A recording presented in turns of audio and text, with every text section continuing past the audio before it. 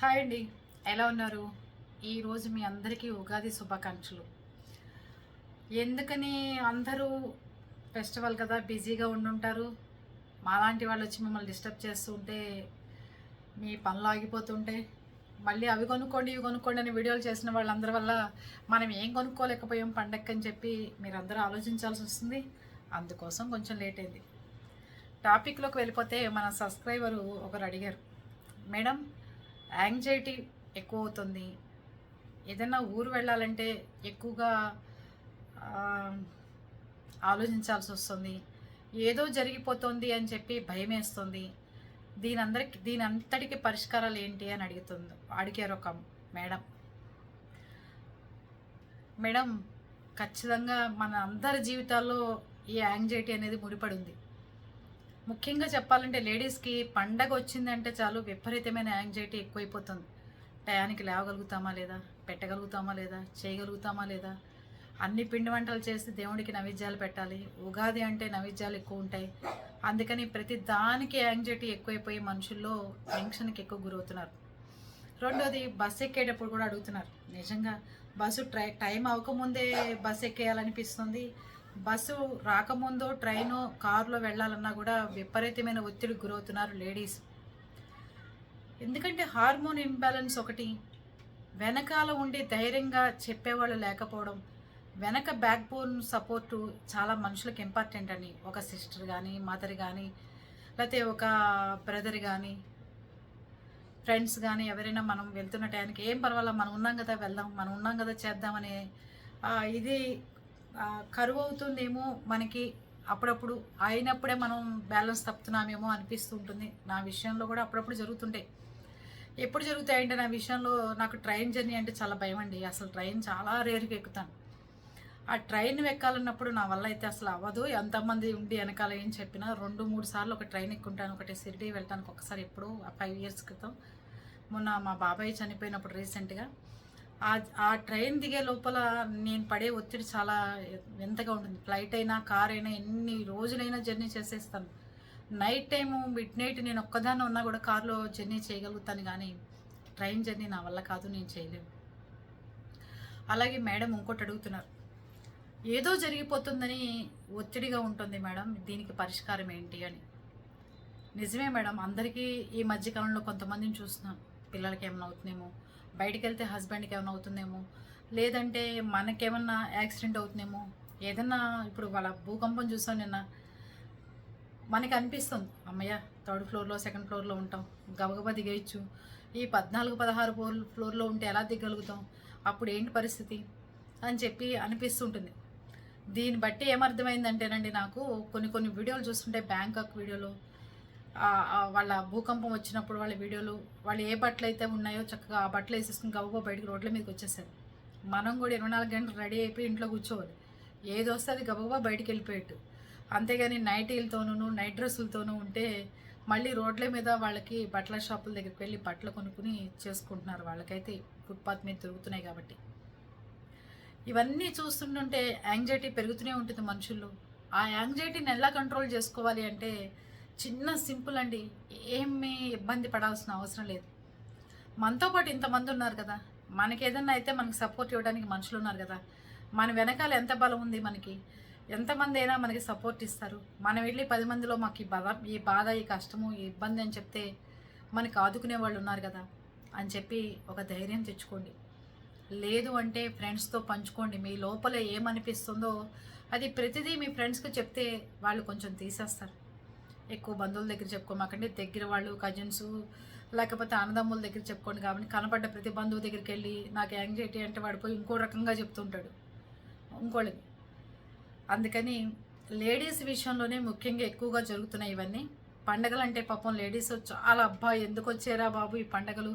అందులో మగపిల్లలు ఉన్న ఇళ్లలో అయితే మరీ నరకమండి. వాళ్ళు ఏ పనికే ఆస్కారం రాదు, ఏదో బయట నుంచి తెచ్చిపెట్టమంటే తెచ్చిపెడుతున్నారు. ఇప్పుడు బ్లింకెట్లు స్విగ్గీలు అన్నీ ఆర్డర్లు వచ్చేసినాయి కాబట్టి వాళ్ళతో కూడా పని లేకుండా మనమే పెట్టేసుకోవచ్చు. వాళ్ళని లేవండ్రా తేండ్రా అని చెప్పి అనాల్సిన అవసరం కూడా లేదు. అలా కూడా మనకి ఉపయోగంగా ఉంది. అందుకని యాంగ్జైటీ, టెన్షను, ఏదో జరిగిపోతుంది అని ఇవన్నీ ఉన్నాయి చూసారా, అవన్నీ ఒక చిట్కాలో పోగొట్టుకోవచ్చండి మనందరం. ఏదన్నా మనకు అలా అనిపించినప్పుడు వెంటనే ఎవరి దేవుడికి సంబంధించిన వాళ్ళు, ఏ మతాలకు సంబంధించిన వాళ్ళు ఆ మతానికి భారమంతా ఆయన మీద పెట్టేసేయండి.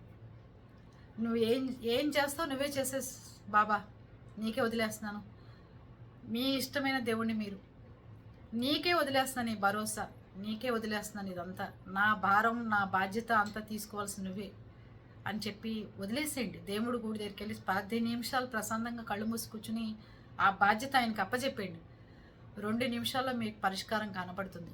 యాంగ్జైటీ కొంచెం కంట్రోల్ అవుతుంది. జర్నీలో అప్పుడు యాంగ్జైటీ పడుతున్నారు అంటారా? కారులో వెళ్తుంటే ఏమైనా యాక్సిడెంట్లు అవుతాయి అంటారా?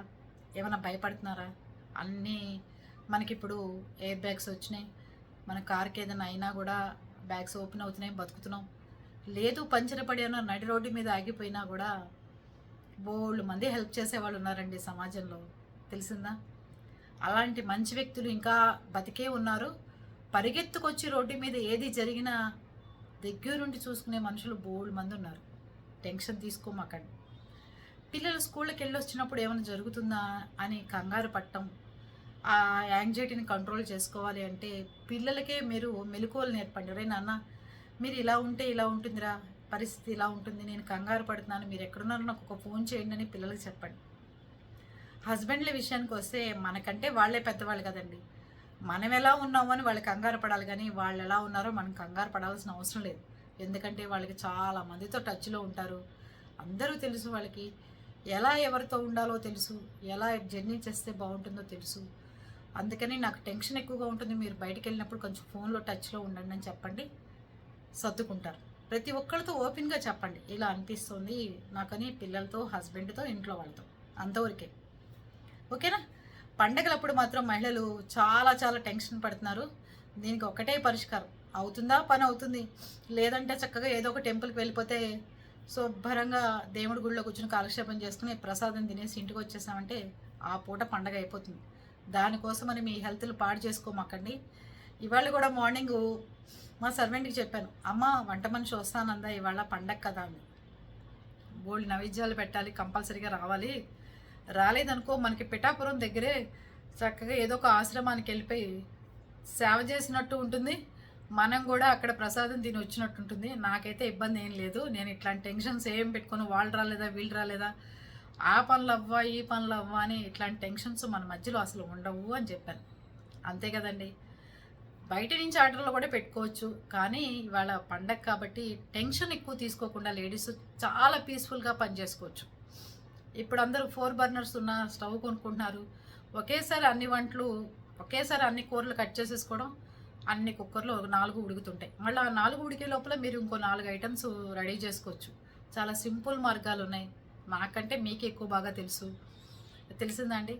నేను మా వంట మనిషికి కూడా చెప్తుంటా, నువ్వు ఒకేసారి 4 ఐటమ్స్ కట్ చేసేసుకో, అన్నం పెట్టు, పప్పు పెట్టు, కూర పెట్టు, చింపుకు అన్నం పెట్టేసేయి, 4 అయిపోతాయి. ఆ 4 రెడీ అయ్యే లోపల ఇంకా చట్నీలకి ప్రిపేర్ చేసుకో, అవన్నీ తరుక్కో అని సింపుల్గా మార్గాలు చెప్తుంటాను వెనకాల కూర్చుని. అందుకనే మీరు కూడా చక్కగా 4 ఐటమ్స్ కట్ చేసి 4 స్టవ్ల మీద వెలిగించేసేయండి. అవి అయిపోయి వచ్చే లోపల ఇవి రెడీ చేసేసుకోండి.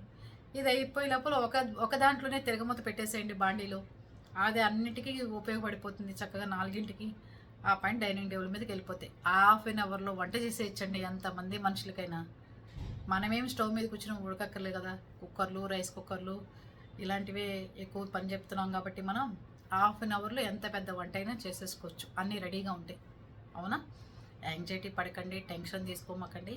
ఇంకోటి ముఖ్యంగా చెప్పేది, ఇది చేదు, పులుపు, తీపి, కారంగా ఉండే పండగ కాబట్టి ఏ మనుషులు ఏది అన్నా, ఎవరు ఏది చెప్తున్నా ఏది పట్టించుకోకుండా చక్కగా మీరు ప్రశాంతమైన జీవితం గడపండి.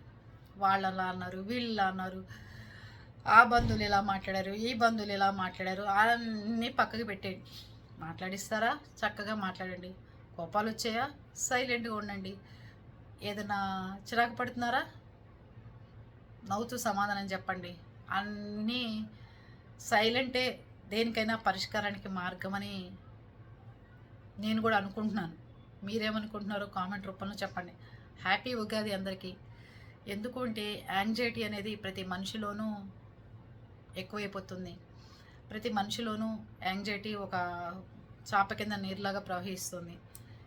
ఈ వీడియోలు చేసే వాళ్ళకి కూడా ఆ టైం ప్రకారం నేను ఆ వీడియో చేయలేనేమో, ఆ వీడియో చేయకపోతే వాళ్ళకి ఉపయోగపడదేమో అని ఇలాంటి యాంగ్జైటీలో ఉన్న వాళ్ళు కూడా వీడియోలు తీస్తున్నారు ఈ మధ్యకాలంలో. మనం రాకపోతేనే వాళ్ళు చాలా ప్రశాంతంగా ఉంటారని నేనైతే అనుకుంటాను. అవునా కదా, మీరే చెప్పండి. ఓకేనా? హ్యాపీ ఉగాది.